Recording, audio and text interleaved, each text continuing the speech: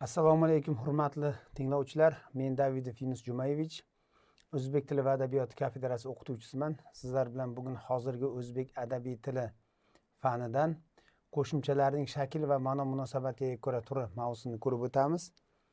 O'tgan mashg'ulotlarimizda buning ayrim qismlarini ko'rgan edik. Demak, o'sha mavzumizning davomini ko'ramiz. Demak, hurmatli tinglovchilar, bugungi dars mashg'ulotimiz quyidagi reja asosida tashkil qilinadi. Birinchi rejamiz morfemika bo'limi haqida ma'lumot, ikkinchi rejamiz qo'shimchalarning tuzilishiga ko'ra turlari va uchinchi rejamiz qo'shimchalarning shakl va ma'no munosabatiga ko'ra turlari. Qo'shimchalar dastavval bir takrorlab olamiz. Vazifasiga ko'ra ikkiga bo'linar edi. Birinchisi so'z yasovchi qo'shimchalar, ikkinchisi shakl yasovchi qo'shimchalar. Demak, tasnifga ham e'tiborli bo'lamiz. Tasnif demak vazifasiga ko'ra. Agar biror qo'shimchani berib vazifasiga ko'ra turi so'ralsa, o'sha sinonim yoki omonim deb belgilamasligimiz kerak. Vazifasiga ko'ra demak so'z yasovchi va shakl yasovchiga bo'linadi. So'z yasovchi qo'shimchalar asosga qo'shilib yangi ma'no hosil qiladigan qo'shimchalar hisoblanar edi va ular o'zbek tilida 4 ta so'z turkumida mavjud edi. Shakl yasovchi qo'shimchalar demak o'sha so'zlarga qo'shilib uning shaklini o'zgartiradigan qo'shimchalar hisoblanib, ularning o'zi ikki turga bo'linar edi. Lug'aviy shakl yasovchilar va sintaktik shakl yasovchilar. Lug'aviy shakl yasovchi qo'shimchalar asosga qo'shilib qo'shimcha ma'no hosil qilar edi. Masalan, bolalar deganda o'sha bolaning ko'pligi yangi ma'no emas, yoki sintak shakl yasovchi esa gapda so'zlarni bir-biriga bog'lashga xizmat qiladigan shakllar hisoblanar edi va ularning yana bitta nomi munosabat shakllari va ayrim qo'llanmalarda aloqa munosabat shakllari ham deb nomlanadi. Bu nom berilishi ham bejizga emas albatta. Demak, sababi sintaksda ular so'zlarni, gap tarkibidagi so'zlarni, o'sha gap bo'laklarini bir-biriga bog'lashga, ya'ni munosabatga kiritishga xizmat qilganligi sababli demak munosabat shakllari yoki sintaktik shakl yasovchilar deb nomlanadi. Bugun siz bilan qo'shimchalarning tuzilishiga ko'ra turlari va shakl va ma'no munosabatiga ko'ra turlari haqida gaplashamiz. Asosan demak qo'shimchalar tuzilishiga ko'ra ikkiga bo'linadi. Birinchisi sodda qo'shimchalar va ikkinchisi murakkab qo'shimchalar hisoblanadi. Sodda qo'shimchalar nima? Sodda qo'shimchalar demak boshqa tarkibga bo'linmaydigan, ya'ni bitta qo'shimchadan iborat qo'shimchalar sodda qo'shimchalar hisoblanadi. Masalan, ishchi, suvchi desak, demak bu so'zlar, yasama so'zlar tarkibidagi chi qo'shimchasi sodda qo'shimcha, yoki kitobxon desak, xon qo'shimchasi sodda qo'shimcha. Demak, bitta qo'shimchadan tashkil topsa, demak sodda qo'shimcha hisoblanadi. Murakkab qo'shimcha nima? Murakkab qo'shimcha demak bir necha qo'shimchalarning qaysidir so'zlarda ajralmas holatda kelishidan tashkil qilingan qo'shimchalar bo'ladi. Demak, murakkab qo'shimchalar ayrim so'zlarda bir necha qismga bo'linadi. Ba'zi so'zlarda esa bitta yaxlit qo'shimcha hisoblanadi va buni biz murakkab qo'shimcha deb olamiz. Murakkab qo'shimchaga misol qilib olishimiz mumkin. Masalan, chilik qo'shimchasini. Ayrim so'zlarda, ayrim yasama so'zlarda chi va likka bo'linadi va ikkalasi ham sodda bo'lishi mumkin. Masalan, gulchilik. Asos gul, chi so'z yasovchi, chunki gulchi degan so'z bor va gulchilik esa shu demak faoliyat bilan shug'ullanuvchi kasbni bildiradi. Gulchi esa yo gul yetishtiruvchi yoki gul sotuvchi shaxsni bildiradi. Demak, gulchilik so'zidagi chilik qo'shimchasi murakkab qo'shimcha emas. E'tiborli bo'lamiz, sababi chi va likka bo'linyapti. Endi ayrim so'zlarda bu bo'linmaydigan yaxlit bitta qo'shimcha hisoblanadi. Masalan, dehqonchilik. Dehqon asos, dehqonchi degan so'z yo'q. Biz uni dehqon deb ishlatamiz shaxs oti sifatida. Demak, dehqon va chilikka bo'linadi. Demak, dehqonchilik so'zidagi chilik qo'shimchasi murakkab qo'shimcha yoki sherikchilik, bir yilchilik, qudachilik, ming yilchilik. Mana bu maqol tarkibidagi yasama so'zlarda ham murakkab qo'shimchalar ishtirok etgan. Sababi sherikchi degan yoki qudachi degan so'zlar yo'q o'zbek tilida. Demak, quda va chilik, sherik va chilik. Bir yilchilik ham xuddi shunaqa. Demak, bir yilchi degan o'sha shaxs oti yo'q. Demak, bu 4 ta o'sha murakkab qo'shimcha ishtirok etyapti. Mehmondorchilik degan misolni oladigan bo'lsak, asos mehmon, mehmondor deganda ma'no yo'q, mehmondorchi deganda bunaqa ma'no yo'q o'zbek tilida. Demak, buni asos va qo'shimchalarga ajratadigan bo'lsak, mehmon asos, dorchilik bitta murakkab so'z yasovchi qo'shimcha. Lekin u qaysi so'zlar dorchi va likka bo'linishi mumkin. Demak, lekin o'sha mehmondorchilik so'zida yaxlit bitta qo'shimcha hisoblanadi va biz uni murakkab qo'shimcha deb olamiz. Yoki lan va lash fe'l yasovchi qo'shimchalar ham xuddi shunaqa.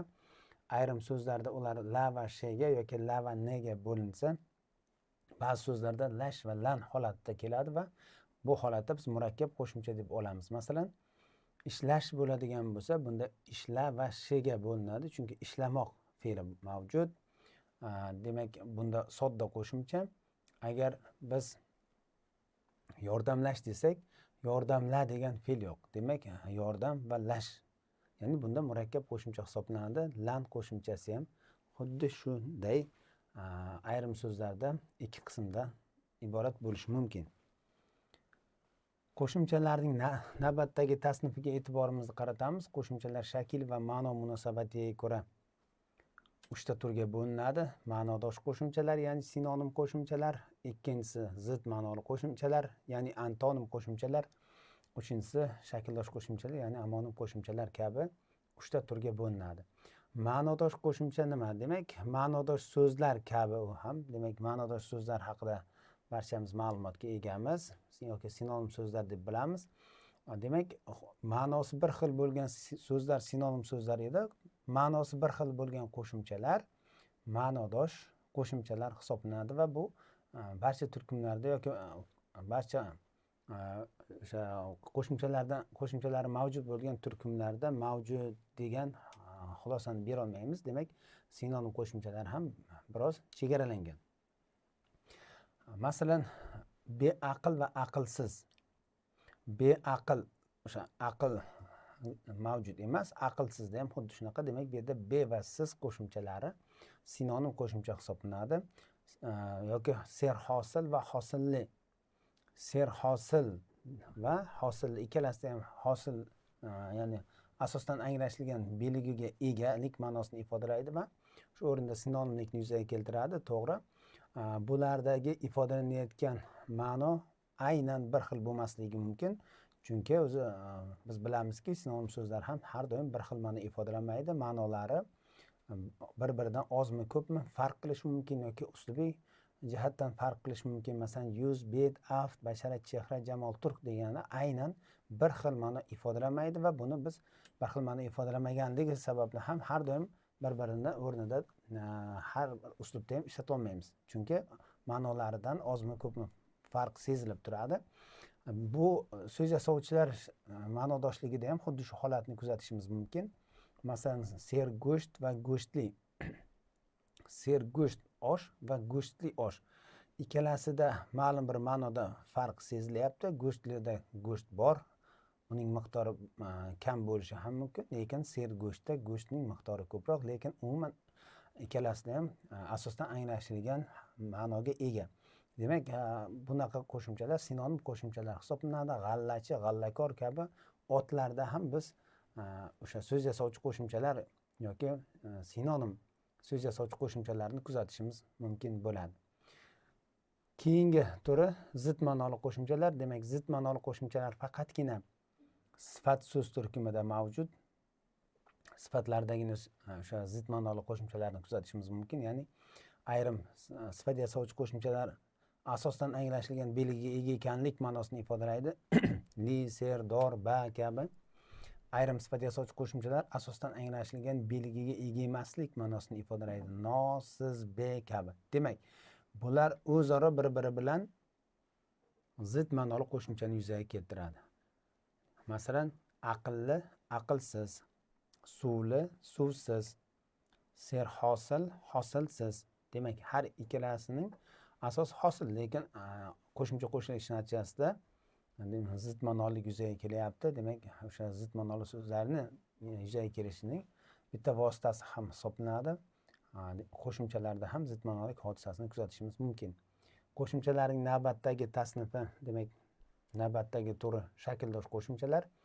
Shakldosh qo'shimchalarning o'zi bir necha guruhga bo'linadi, hozir ko'rib o'tamiz, lekin shakldosh qo'shimchalarda asosiy belgilariga e'tibor qaratishimiz kerak, ya'ni tarkibi aynan bir xil bo'lishi kerak. Ya'ni qo'shimchalarni biz ajratib olganimizda aynan bir xil shaklda bo'lishi shart. Shakldosh so'zlar qanday tuzilishga ega uni bilamiz. Demak, xuddi shu kabi shakldosh qo'shimchalar ham aynan tarkibi bir xil bo'lishi kerak. Masalan, kitobing va bording. Yuzakroq qaraganda shakliy jihatdan ikkalasi tarkibidagi qo'shimchalar shakldosh qo'shimchaga o'xshaydi, lekin aslo bularni shakldosh qo'shimcha deb ololmaymiz. Sababi kitobni asos va qo'shimchaga ajratsak, kitob va ing egalik qo'shimchasi, bordingda bor, di, zamon va nge. Demak, bittasida ing qo'shimchasi, bittasida nge qo'shimchasi. Demak, bularni biz shakldosh deya olmaymiz, sababi shakli bir xil emas. Xuddi shuningdek, chirik va ko'rik so'zlarni ham olishimiz mumkin, lekin e'tibor bersak, chirik sifat, ko'rik ot shakldosh qo'shimchaga o'xshaydi, lekin aynan shakli bir xil emas.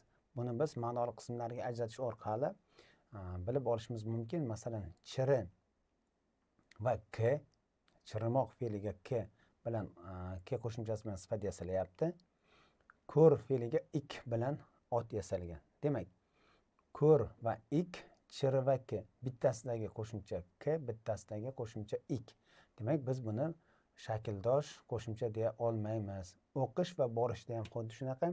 O'qishdagi, demak, o'qi va sh, bor va ish. Demak, bittasida sh, bittasida ish qo'shimchasi ishtirok etyapti. Demak, tarkibi aynan bir xil bo'lmaganligi sababli biz uni shakldosh qo'shimcha deya olmaymiz.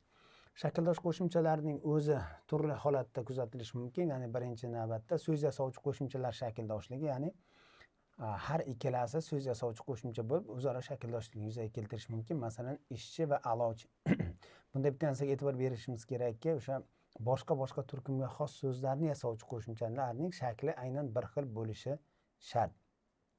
Ishchi demak ot yasayapti, a'lochi sifat yasayapti. Ya'niki ishchi va suvchi so'zlaridagi chi qo'shimchasini biz shakldosh qo'shimcha deya olmaymiz, chunki chi qo'shimchasini bir o'rinda ish va bir o'rinda suv so'ziga qo'shgan bo'lamiz. Bu aynan boshqa qo'shimcha emas. Demak, boshqa qo'shimcha, boshqa turkumni hosil qiluvchi qo'shimchalarning shakli aynan bir xil bo'lishi talab etiladi. Sezgi va qadimgi. Sezgi ot, demak, gi qo'shimchasi bilan yasalyapti. Qadimgi esa sifat. Demak, bundagi gi qo'shimchasi so'z yasovchi qo'shimcha shakldoshligiga misol bo'lishi mumkin. O'chirg'ich ot yasalyapti, demak, yulg'ich esa sifat yasalyapti. Demak, so'z yasovchi qo'shimchalar o'zaro shakldoshlikni yuzaga keltirishi mumkin. Navbatdagisi lug'aviy shakl yasovchilar shakldoshligi. Demak, har ikkalasi lug'aviy bo'lishi kerak va ikkinchi talabi tarkibi aynan bir xil bo'lishi shart va zarur. O'qish va o'qishdi fe'llari. Ya'ni o'qishdagi sh harakat nomining shakli, o'qishdidagi sh esa birgalik nisbatning shakli va aynan shakli bir xil. Ko'rindi va ilindi. Demak, ko'rindi o'zlik nisbatda, agar kiyimlar ilindi desak, bu majhul nisbatda bo'ladi. Demak, ikkalasi ham ing qo'shimchasi bilan hosil bo'lyapti. Lekin bittasi o'zlik, bittasi majhul nisbat, boshqa turdagi qo'shimcha va har ikkalasi lug'aviy shakl yasovchi qo'shimcha va e'tibor qaratamiz, ikkalasining ham tarkibi aynan bir xil in.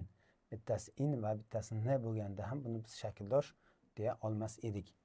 Navbatdagi turi sintak shakl yasovchi qo'shimchalar shakldoshligi. Demak, har ikkalasi sintak shakl yasovchi bo'lishi kerak va har ikkalasining tarkibi aynan bir xil bo'lishi shart. Masalan, ukam va bordim. Ukamdagi m egalik qo'shimchasi otlarga qo'shilishidan bilib olishimiz mumkin. Bordimdagi, demak, bu asos va qo'shimchalar esa bor, di, zamon va me shaxson. Demak, bordimdagi m egalik, ukamdagi m egalik, bordimdagi m shaxson va ular o'zaro sintak shakl yasovchi qo'shimchalar shakldoshligini yuzaga keltirgan. Navbatdagisi so'z yasovchi va lug'aviy shakl yasovchilar shakldoshligi. Demak, bir o'rinda so'z yasovchi, bir o'rinda lug'aviy shakl yasovchi bo'lishi kerak. Masalan, maqtanchoqdagi choq sifat yasayapti, demak, so'z yasovchi. Toychoq yoki qo'zichoq desak, lug'aviy shakl yasovchi qo'shimcha hisoblanadi. Navbatdagisi so'z yasovchi va sintak shakl yasovchilar shakldoshligini kuzatishimiz mumkin. To'plam va ukam. To'plam, demak, to'pla fe'l, to'plam ot yasaldi. ukamdagi me esa sintaks shakl yasovchi, demak so'z yasovchi va sintaks shakl yasovchilar shakldoshligi kuzatildi. Keyingisi sintaks shakl yasovchi va lug'aviy shakl yasovchilar shakldoshligi o'qigan bola va bola o'qigan. O'qigan boladagi gan sifatdosh, demak sifatdosh shakllari bilamizki lug'aviy shakl yasovchi.